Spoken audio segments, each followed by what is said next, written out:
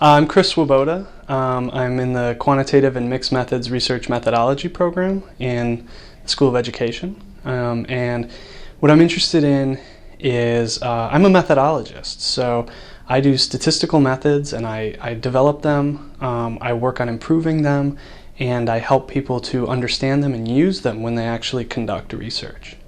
So for me specifically, I'm interested in issues like how do we analyze data statistically when we have some people don't answer certain questions.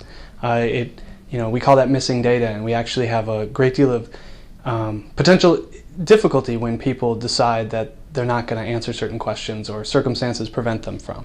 So I work a lot on that, along with a number of different other methodological issues. Okay. And why are you in the School of Education?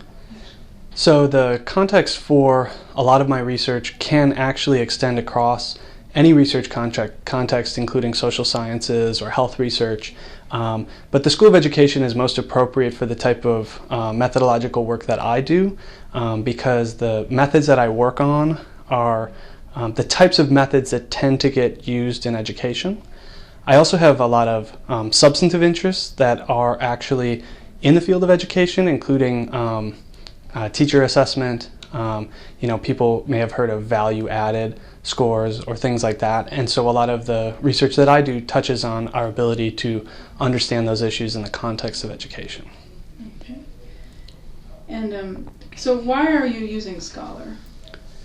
So I'm using it primarily for teaching purposes, and so a year or two ago we decided to reformulate the way that we teach graduate statistics courses to our students. And what we really wanted to make sure is that they understood what it meant to actually put their fingers into real data.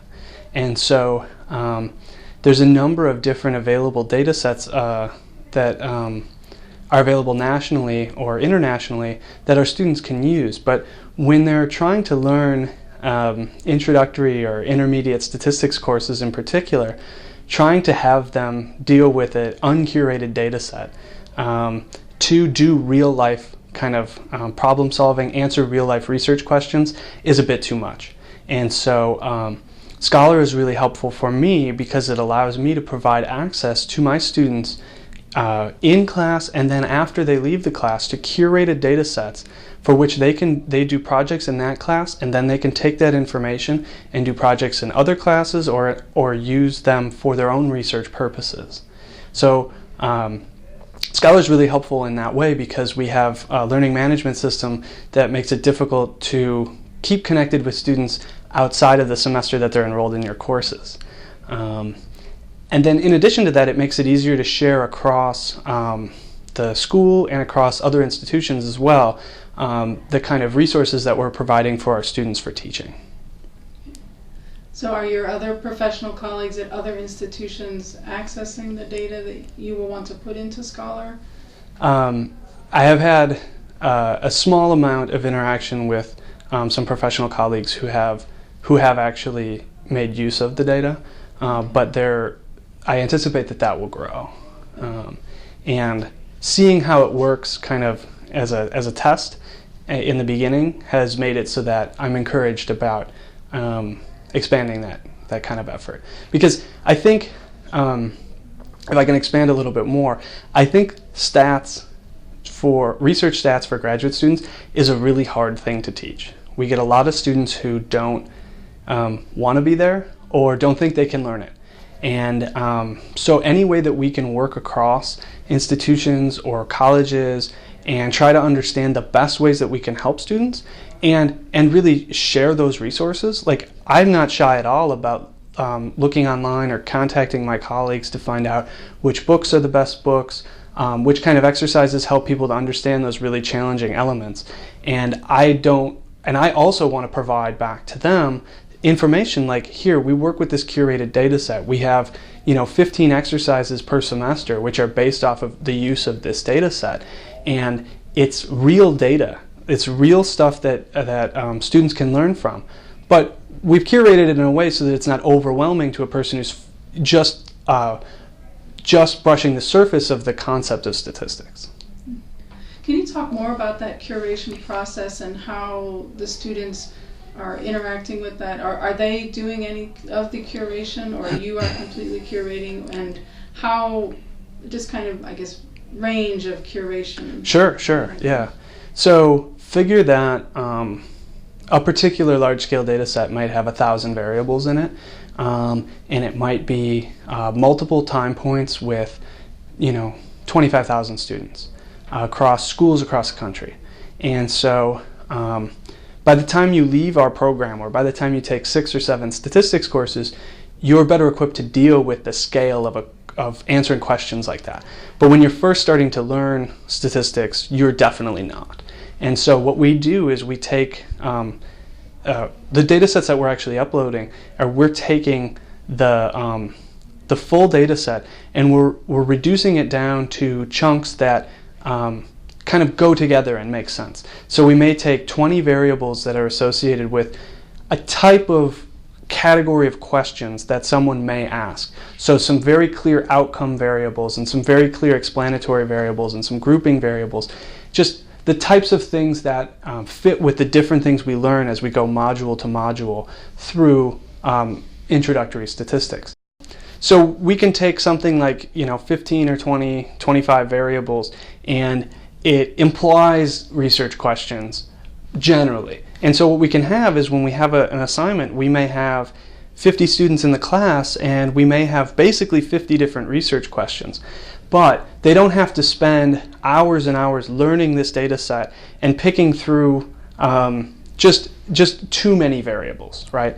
Then further, when you're first learning statistics, you're basically learning statistics for research when everything is perfectly correct, right? And that's never what a data set looks like. And so part of the curation is taking out the challenges that we're not going to get to, and leaving in the challenges that we are going to get to in the class. And so we allow them to kind of experientially discover issues that we are prepared to teach them, while removing the ones that we just can't get to because we only have so many weeks of the course.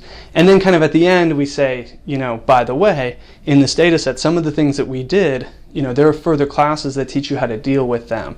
And this is an abstraction, though it's the closest thing to real life as you're gonna get, without having everyone drop the class because they have no idea what's going on. Okay. If that makes sense. Yeah, okay.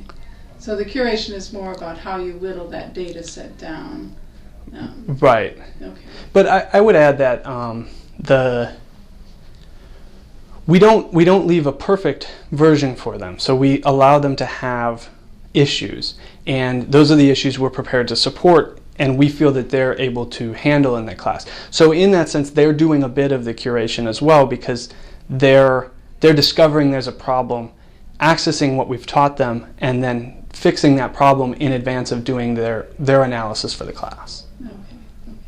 So then when this data set, you're actually using Scholar as a location to store the data, but the description of the data is not something the students are doing, that they're putting into Scholar. It's something that you've created that's there as a learning tool. At this point in time, yes. Yeah. But I'd be eager to learn about ways that I could make a data set, kind of multiple instances of a data set that would be that would have students actually providing feedback, or maybe them re-uploading like their own versions of projects. And that's something I haven't explored yet. Okay. Because I'm just thinking in terms of adding the metadata to the record to be able to discover this. That's what I'm thinking of, curating the data. Okay. But I think we're using different terms. Oh, okay. To mean we're using the same term to mean slightly different things there. So yeah, so I was kind of wondering about that process of putting the data into Scholar and describing it, if you're allowing students to do that, or that's something you're going to do, or will they be able to then take a smaller set that they create and also put it there as part of the class? Would that be something that you would think about doing? Yeah, absolutely. So right now it is kind of what you described before. It's a repository for me that's kind of asymmetrical, but I'm encouraged by the idea of having students actually contribute to that piece. I think there's a lot of potential to be gained there, and that's something that as we get access to a new tool and we get comfortable with like the base level of features, then we can consider how we can take it to the next level. Right.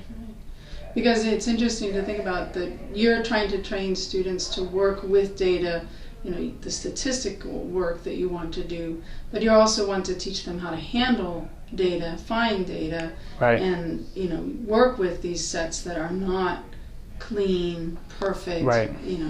And so this modeling this behavior is something I'm also thinking about as you are working with your students in your class. Yeah, absolutely. And one of the things too is that we're kind of talking across a number of different courses, and so we're trying to integrate real data into basically all of our statistical courses. The first two courses are kind of the gatekeeper for everything else, and they wind up being they can be overwhelming, and so we're always trying to find the right balance of making it real and teaching those kind of lessons and not having it be so overwhelming that a subset of people just say, I don't think I can do this. And so I think in particular a lot of what you're talking about may make its way into some of the more advanced courses where students are more prepared to be able to make some of those changes and really contribute positively to the repository. Do they see in the first level course the clean set and then the more larger unwielding? Do they go through the whole range, or do they usually just work with this smaller set?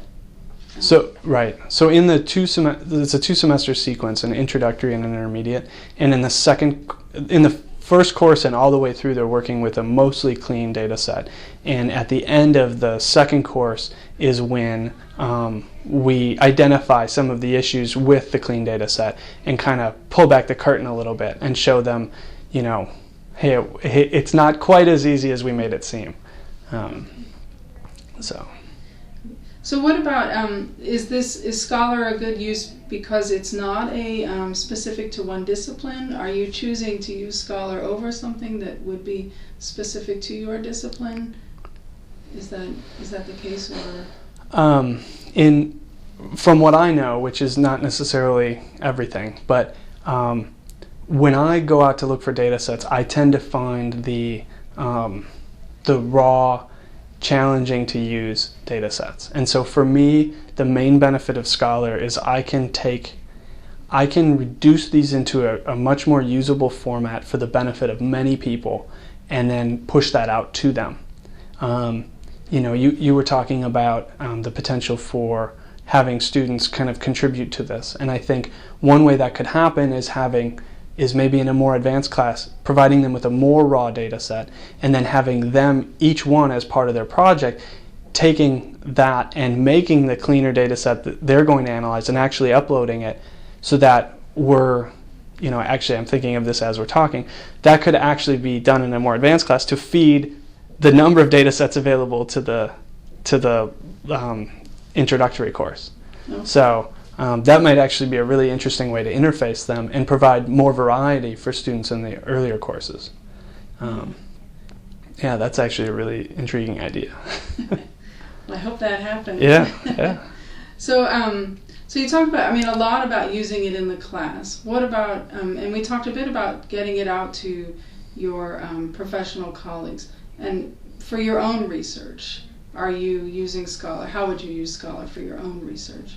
One of the things that's a big deal in research these days is reproducibility. And so having a resource that can be accessed externally, that's permanent, that I don't have to manage, is really appealing. So I can publish a paper that uses simulated data, and I can actually put that simulated data up and then provide the code so that anyone can go and discover exactly what I've discovered. And so that's some journals are really pushing towards the idea that you don't just tell people what the results are, but you show them that they can recreate those results with all the information that you have. And so that's one potential avenue of use for that. Also, if you have done case studies or real data analyses as supplements to some of the work that we do, you could provide de-identified public data in a repository like that, again, for the benefit of openness and reproducibility, which is something that I think allows research to push forward faster, because you don't have that doubt about what's going on, and you also can look to see exactly what they did. So if you're trying to build on that, it's right there. It's not just implied. You don't have to reinvent the wheel. You can actually look at it. That's interesting, because not only are people learning the results to build on, but they're learning methodology at the same time, right? So that also, by showing that this methodology is accurate and does help us recreate the results, it's predictable results, that improves everybody's science because they're learning this as well. Right. I agree. Okay, very good. So what about the process of putting data into Scholar? Was it easy for you? Was it, how did you find adding the metadata, this experience? So for me, my background actually, before I even knew what statistics was at all, is computer science. And so for me, the idea of thinking about databases and it just kind of made sense to me. I think the user interface really matched with what my expectations would be for how I would provide that type of information. And so when I first ran a test session with support, I found that I really wasn't, I was kind of anticipating where it was I was going to be told to go. So, some of the smaller detail elements, of course, you have to learn, but I found it to be fairly intuitive as far as putting information up. And so it's certainly something that I would recommend to other people. And, for me personally, I would think that a number of my colleagues, at least in the statistical areas who are used to dealing with databases and technology, probably wouldn't need a whole lot of training to use it. Oh, that's good to hear that it is so intuitive and user-friendly, because that's really, it's going to be a self-submission process, so we really want that the researcher can go through the whole process, things are clear, and that they're, that they succeed in what they're trying to do. So that's really great to hear that you found it that way as well. Yes. Are there any other thoughts that you have about Scholar? Any other comments that you'd like to leave us with? Well, I use R for my statistical analyses, and that's an open source program. And when I wrote my dissertation, one of the ways I was really helped was that I could actually look at the code for some of the implementations of some of the advanced statistical software methods that I was trying to understand. And in the spirit of openness and reproducibility, I think that having something where we have much easier access to the data or the code or to whatever it is, the tools that a researcher is using in whatever their discipline is, so that we can look to see how they did these things. It's one thing to read the paper. In my area, there's equations. In other areas, there's other things. But to actually be able to put your hands into it and see what a researcher has done, I think is a really promising move forward for the future of research and for the future of us continuing to learn new things at a rapid pace. So, I'm extremely excited about expanding my use of this beyond teaching and into more research opportunities. And I'm hoping other researchers at other institutions and at this institution are thinking the same way, because I think that is really beneficial for the field of research. So, I know that the programming is, have you looked at the code for Scholar? The code is in GitHub, so you can go and look at the code. I didn't realize that. Yeah, so that's interesting that you're talking about that. So I was wondering if you had seen that, and I can show you how to do it actually if you were interested. Nice. So. Yeah, and I think that in my field at least, GitHub is starting to become something that we use for institution-to-institution collaboration. And so I've been using it in one of my projects with a peer of mine, and it's been really helpful. And so I can imagine that, it's kind of nice that that Scholar is following through on that idea.